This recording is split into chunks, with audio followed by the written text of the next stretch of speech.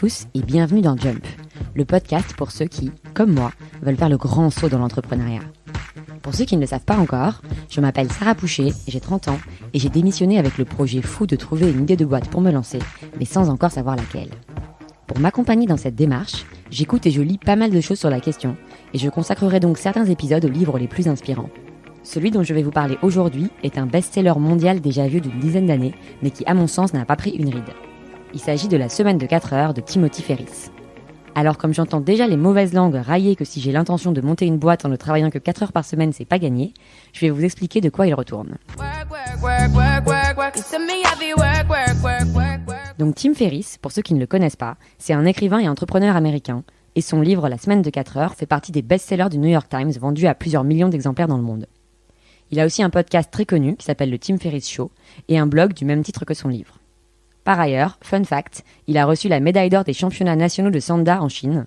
Alors vous ne savez pas ce qu'est le Sanda et moi non plus, mais ce qui est intéressant c'est la manière dont il les a gagnés.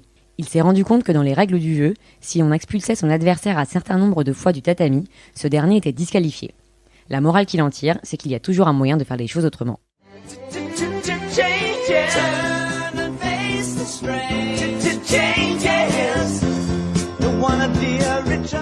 Dans La semaine de 4 heures, il explique comment après avoir été diplômé de Princeton, il a travaillé des années de la mauvaise manière et comment un jour, il a entrepris de rationaliser ses méthodes pour travailler moins mais gagner plus.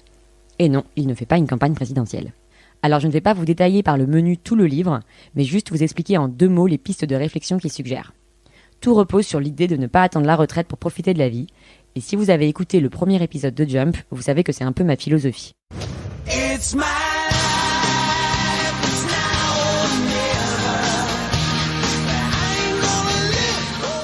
Il propose donc une méthode pour reprendre sa vie en main, qu'il résume par l'acronyme DEAL, D-E-A-L. D, c'est pour définition, soit commencer par définir ce qu'on veut vraiment dans la vie. Ça paraît très niais comme formulation, et pourtant je vous mets au défi, là tout de suite, de me faire une liste de vos rêves.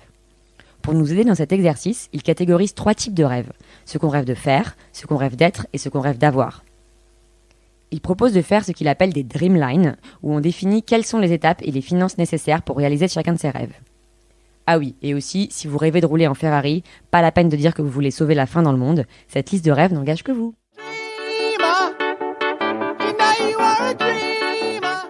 E, c'est pour élimination.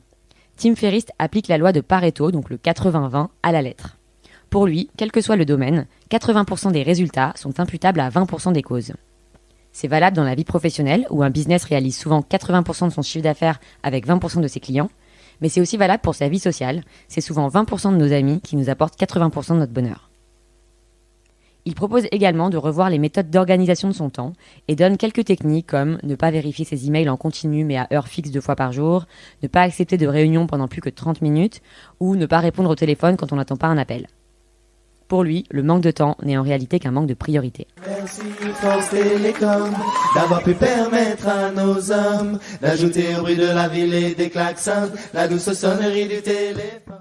A, c'est pour automatisation. Par automatisation, il entend trouver un produit à revenu récurrent et réussir à en déléguer la gestion. À l'époque où il a écrit le livre, le e-commerce n'avait pas encore connu son heure de gloire, donc beaucoup de ses conseils sont un petit peu datés aujourd'hui. Mais ce qui est intéressant, c'est la démarche.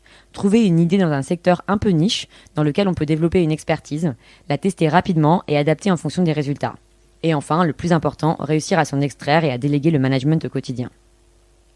Enfin, L, c'est pour libération. Grâce aux 3 premières étapes de sa méthode, la dernière partie consiste soit à négocier avec son employeur de travailler à distance régulièrement, soit de gérer son entreprise de l'étranger pour organiser ce qu'il appelle des mini-retraites, c'est-à-dire des voyages de plusieurs mois à l'étranger qui sont l'occasion de réaliser les fameux rêves de votre dreamline. La fin du livre recense un grand nombre de témoignages de lecteurs ayant appliqué cette méthode et qui racontent comment celle-ci a drastiquement changé leur vie. C'est donc ce que je m'apprête à faire, puisque je m'envole aujourd'hui même pour le Mexique.